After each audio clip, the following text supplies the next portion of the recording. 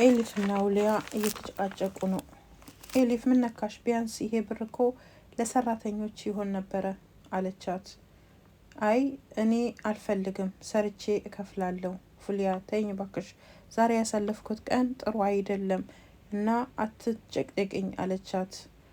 አይ እኔ እንድትረጅኝ ብዬ ነው። ምክንያቱም ለምን እንግደረደራለን? በዚህ ሰዓት ስራ የለንም፣ ብር የለንም እና የባለቤትሽን የጡረታ መብት የተከበረበትን ብር መቀበል ነበረብሽ አለቻት። እባክሽ ተይኝ፣ ተጨማሪ ነገር አትንገሪኝ ብላ ጮኸች።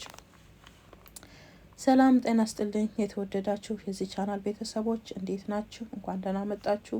እዚህ እኔ ጋር ሁሉ ሰላም ነው፣ እግዚአብሔር የተመሰገነ ይሁን። ደግሞም እናንተ ጋርም ሰላም እንደሆነ አስባለሁ። በዚህ ቻናል ላይ ድራማዎች በዚህ ሰዓት ይለቀቃሉ። እናም ደግሞ እንዲደርሳችሁ የደወል ምልክቷን መጫናችሁን አትርሱ። እንዲሁም ደግሞ ሼር፣ ላይክ፣ ሰብስክራይብ ስለምታደርጉ ስለ ሁሉ ነገር እናመሰግናችኋለን። ቻናላችንን በጋራ በመተባበር እናሳድጋለን፣ ደግሞም መልካም ይሆናል። አሁን ስለ ኤሊፍና ስለ ትንሿ የፀሐይ ብርሃን ባለፈው ክፍል ላይ ያቆምነው ኤሊፍ የመጣላትን የባለቤቷን ጡረታ ገንዘብ መልሳ አልቀበልም ብላ መቆጣቷን ነበር ብለን ያቆምነው። ዛሬ ከዚሁ ክፍል ጋር በመቀጠል ኤሊፍና ውሊያ የተነጋገሩትን ነበር። ከዛም አልፐር ወደ ፍርሃት ቢሮ ተመለሰና የምትገርም ሴትዮ ነች፣ በጣም አስቸገረችኝ፣ በጣም ገረመችኝ፣ በጣም ተቆጣችኝ እያለ ለፍርሃት ይነግረዋል። አዎ እውነቷን ነው አለ ፍርሃት። ብሩን አልተቀበለችም? አዎ አልተቀበለችኝም፣ እንደውም በጣም ነው የተቆጣችው ሲል ፍርሃት በቃ ተወው፣ ሌላ ዘዴ እንፈልጋለን አይመስልህም አለው።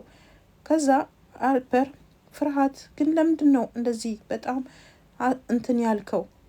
ለዚህ ሴትዮ ለመቆም የፈለግከው? ሰውየው ብዙ እዳ ነበረበት፣ እንደገና ደግሞ እዳውን አልከፈለም። አሁን አንተ እዳውንም ከፈልክ፣ እንደገናም ደግሞ ለባለቤቱ በር ለመስጠት ትጥራለህ አለው። ፍርሃት ውስጡን በውስጡ አድርጎ ይኸውልህ ምን መሰለህ፣ ባለቤቷ ሞቷል፣ ችግር ላይ ነው ያለችው፣ ስለዚህ እርዳታ ያስፈልጋታል አይመስልህም አለው። ደስ እንዳለ አንተ ታውቃለህ ብሎት ከዛም ደግሞ እነ ፍርሃት ቤት ማወሽ እና ወይዘሮ እምራን ይነጋገራሉ እና ማወሽ እንትኑን እየጠረገች የፍራ እንትና ዲላ የሰባበረችውን እየጠረገች ነበረ።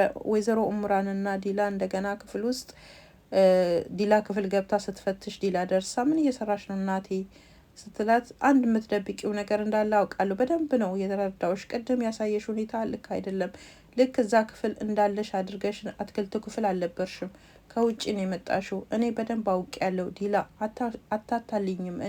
እኔ ያንቺ እናት ነኝ፣ መታለል አልችልም። ገባሽ አይደል? አንድ ነገር እየደበቅሽኝ እንደሆነ በደንብ ስለማቅ ፈልጌ አገኘዋለሁ፣ አትጠራጠሪ አለቻት። እኔ ምንም የምደብቀው ነገር የለም ብላት ስትወጣ ከሰራተኛዋ ጋር ተጋጨች። ወይዘሮ እምራን ሰራተኛዋ ያ ዲላ የቆራረጠችው በመቀስ ይዛው ወደ ክፍሉ እየገባች ነበር። አየሽው ወይዘሮ እምራን፣ ይሄ እኮ የዲላ ልብስ ነው፣ ስትፈልገው ነበር፣ አሁን ደግሞ ሳየው በመቀስ ተቆራርጧል አለቻት። አያስፈልግም በቃ ተዩ። ምናልሽ? አያስፈልግም አልኩሽ፣ አያስፈልግም ብላ አርፋት ሄደች። ፍርሃት ሄዶ ቀጥታ እነ ኤሊፍ ቤት ሄዶ አንኳኳ በር። አሁን ኤሊፍ በር ከፈተች። ጤና ስጥልኝ። አቶ ፍርሃት ምን ልሰራ መጣ በማታ አለችው። አይ እንደው ላስቸግርሽ ብዬ ነው፣ እኛ ምግብ ልንበላ ነበር፣ መግባት ትፈልጋለህ አለችው። አዎ ብሎ ወደ ውስጥ ገባ። በእጁ ላይ ኬክ ይዘዋል፣ የስትሮቨሪ ኬክ። ወደ ልጅቷ ወደ ጉንሽ ተጠግቶ አይሽ ጉንሽ ኬክ አመጣውልሽ አላት። ወይዘሮ ኤሊፍ አያስፈልግም ነበር፣ ለምን አመጣህ አለችው። ጉንሽ በፈገግታ ኬኩን ተቀበለች። ፍርሃት ደግሞ ወደ ኤሊፍ መጣና ይውልሽ ምን መሰለሽ፣ አሁን እኔ አንድ ትቸገሪልኝ እፈልጋለሁ። የተሳሳተ ነገር አለ፣ የተሳሳተ መረጃ እና ይቅርታ እየጠየቅኩሽ ነው። ያንቺ ይሄ የባለቤትሽ ብር ነው፣ ምንም እዳ አያስፈልግም፣ ምንም እዳ የምትመልሺው የለም። እንዴ ምን ነካ አቶ ፍርሃት? አንተ እኮ ራሳችሁ ናችሁ ያላችሁኝ የመጀመሪያ ቀን ባለቤትሽ ብዙ እዳ አለበት ብላችሁኛል። ስለዚህ ያንን እዳ መክፈል እንዳለብኝና ጊዜ እንድትሰጡኝ ነግሬያችሁ ነበር። እናንተ ደግሞ ትንሽ ቆይታችሁ ብር ይዛችሁ መጣችሁ። ምን እያረጋችሁ እንደሆነ ሊገባኝ አልቻለም። ከእናንተ ጋር እኔ መግባባት አልቻልኩም እያለች ከፍርሃት ጋር ትጨቃጨቃለች። በዚህ መሀል ትንሿ ጉንሽ የበላችውን የስትሮቨሪ ኬክ በጣም ብዙ ሳትበላው ወዲያው ማሳል ጀመረች። በኃይል ሳለች፣ በጣም ሳለች። አሁንም እየሳለች ነው። ጉኒሽ ብላ ደንግጣ ኤሊፍ ከፍርሃት ጋር መጨቃጨቋን ትታ ወደ ጉኒሽ ሮጠች። ፍርሃትም ወደ ጉኒሽ መጣ። ሲመጡ ልጅቷ በጣም በቃ ምንድን ነው የሚባለው እየተርበተበተች ነው፣ ልትወድቅ እያለች ነው። እና በጣም ደንግጠው ቶሎ አፋፍሰዋት ወደ ሆስፒታል ይዘዋት ሄዱ። ትልቅ ፍርሃት ነበረ እና በዛው ሆስፒታል ውስጥ ከገባች በኋላ አሁን ምንድነው ሐኪሙ ምንድነው ያላት? ምንም የሆነችው ነገር የለም አለ ዶክተሩ። መጣና ወይዘሮ ኤሊፍ ልጅሽ በጣም ደህና ነች፣ ምንም የሆነችው ነገር የለም። ነገር ግን አንድ ነገር አይተናል። የበላችው የነገር አለ አለርጂክ የሆነባት። አዎ አለርጂክ አለባት አለ ዶክተሩ። የበላችው ምን ነበረ? የስትሮበሪ ኬክ ነው የበላችው። ስለዚህ ካንቺ ወይንም ደግሞ ከአባቷ የተላለፈባት የአለርጂክ ኬዝ አለባት ልጅቷ ስትል ኤሊፍ ባለቤቴ የስትሮበሪ አለርጂክ የለውም፣ ይሄንን በደንብ አውቃለሁ። ደግሞም እኔም ራሱ የስትሮበሪ አለርጂክ የለብኝም። ስለዚህ እንግዲህ በአንድ አፍ ምንድነው ወደ እናቷ ሊሄድ ነው ማለት ነው ብላ ለዶክተሩ እየነገረችው ነው። በዚህ ሰዓት ፍርሃት በጣም ደነገጠ እና የሆነ ነገር አስታወሰ። ከዛ አሁን ወይዘሮ ኤሊፍ እኔ መሄድ አለብኝ ብሎ ሮጦ ሲወጣ አቶ ፍርሃት አመሰግናለሁ እሱ አልሰማትም ጭራሽ፣ እየሮጠ ወጣ ከሆስፒታሉ። እሷ ከኋላ አመሰግናለሁ ስላደረግከው መልካም ነገር ሁሉ ብላ ወደ ልጅቷ ተመለሰች። ዲላ ደግሞ ቤት ውስጥ ተኝታለች። ከአባቷ እንትን ላይ ሰውነት ላይ ተኝታ አባቴ ሁሉ ነገር በጣም የተወሳሰበ ሆኖብኛል፣ ምን ማድረግ እንደምችል አላውቅም። እኔ አባቴ ያለ ብዬ ስመለስ አንተ እንደዚህ ሆነ ጠበከኝ፣ አትሰማም፣ አትናገርም፣ አልጋ ላይ ተዘርግተሃል። ደግሞም እንደዚህ እንደምትሆን ባቅ ኖሮ እኔ ጭራሽ አባቴ ጥዬህ አልሄድም ነበር። ዛሬ ግን ሁሉም ነገር አብቅቷል። አንተ በዚህ ላይ ሆነሃል፣ አትሰማኝም፣ አትረዳኝም። አንድ የምትወደኝ አንተ ብቻ ነበርክ። ቤተሰብ እኔን አይወደኝም፣ እናቴም አትወደኝም። ስለዚህ አንተ የምትወደኝ ደግሞ ልታናግረኝ ፈቃደኛ አይደለህም ያለች አባቷ ላይ ተኝታ በሀዘን ስሜት ትለፈልፋለች። በዚህ መሀል ፍርሃት በሩን በርግዶ ገባና ወደ ቤት ሲገባ እናቱን አገኛት። ፍርሃት ምን ሆነ ነው? ዲላ የታለች? ዲላ እያለ እየጮኸ ዲላ ደግሞ ድንገት ከአባቷ ላይ ቀና ስትል የአባቷ እጅ ተንቀሳቀሰ። ደንግጣ አባቴ እያለች ወደ ፍርሃት ስትሮጥ፣ ፍርሃት ደግሞ ጭራሽ ዘሎ ንቅ አርጓት ነይ ዝም በይና ነይ ብሎ እጇን ጎትቷት ወጣ እና ወይዘሮ እምራንና ሰራተኛዋ ደግሞ ምንድን ነው የተፈጠረው? ወይዘሮ እምራን ትንሽ ቆይተን እናውቃለን፣ አታስቢ ያለቻት ነው። ኤሊፍ ደግሞ እያለቀሰች ነው ልጅቷ ላይ ተደፍታ ጉኒሽ ላይ ሆስፒታል ውስጥ። ይሄ አንቺ የሌላ ሰው ልጅ ነሽ፣ የባለቤቴ ልጅ ከሌላ ሰው የወለደሽ። እኔ በዚህ ሰዓት ላይ በሆስፒታል ውስጥ ደንግጬ በጣም ራሴን ስቼ በጣም እየተቀጠቀጥኩ እየጠበኩሽ ነው የኔ ልጅ ያለውሽው ደግሞ ለዛውም በጣም። ስለዚህ እባክሽ ይሻልሽ የኔ ውድ ይሻልሽ። እኔ በጣም ምን አይነት ህይወት እንደኖርኩኝ አላውቅም፣ ሊገባኝ አልቻለም። ምንድነው እየኖርኩ ያለሁት አምላኬ ሆይ አለች።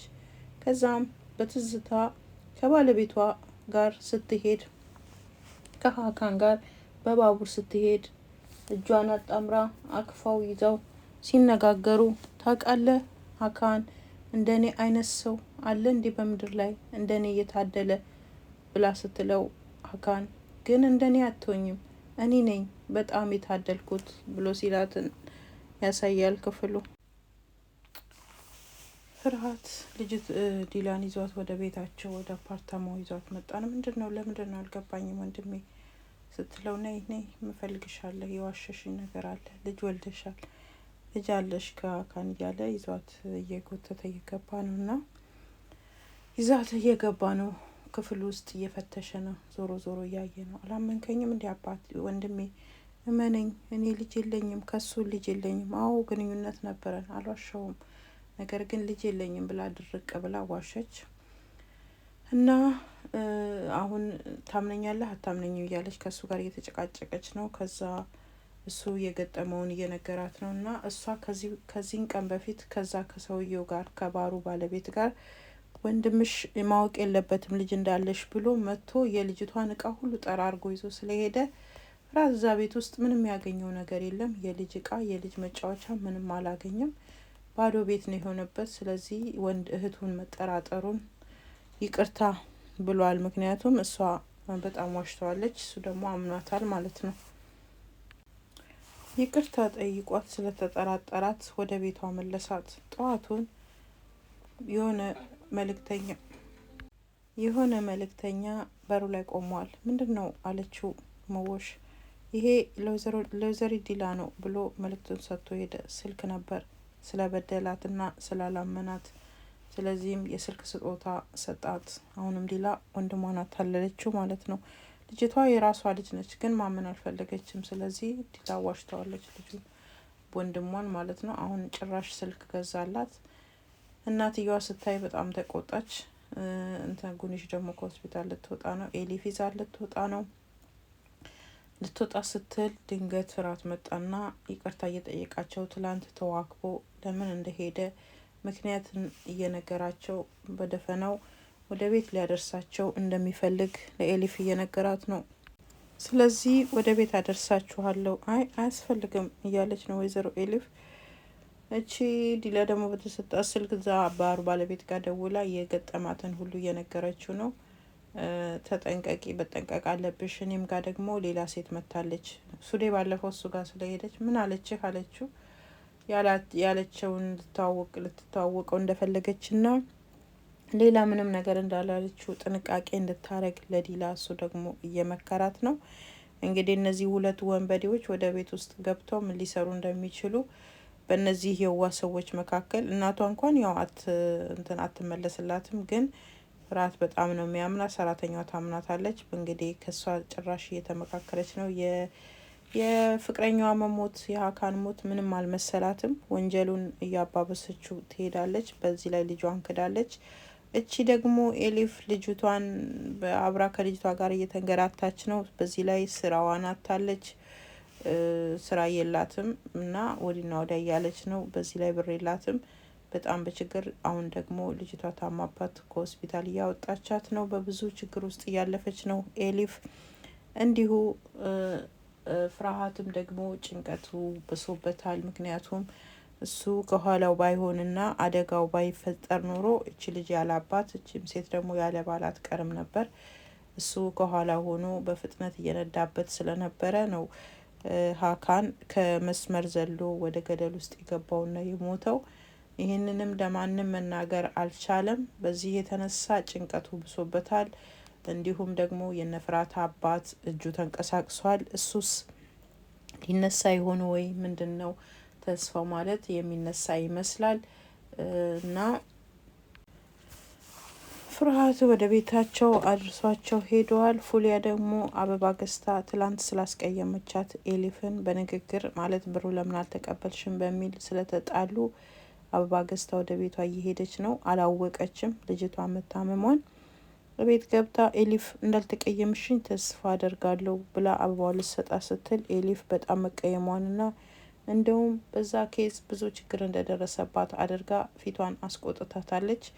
እና እሷ ሆስፒታል ላይ ያደረችው ፉሊያ ደግሞ አታውቅምና በዚህ መሀል በጣም እንደተናደድሽብኝ አውቃለሁ፣ ግን በጣም ይቅርታ አድርግልኝ የኔ ውድ አለቻት። እየተለማመጠቻት ነው። እንግዲህ ለዛሬ የክፍል 12 በዚህ ይጠናቀቃል። እንግዲህ ቀጣዩን ክፍል ደግሞ ይዘን እስከምንገናኝ ላይክ፣ ሼር፣ ሰብስክራይብ እያደረጋችሁ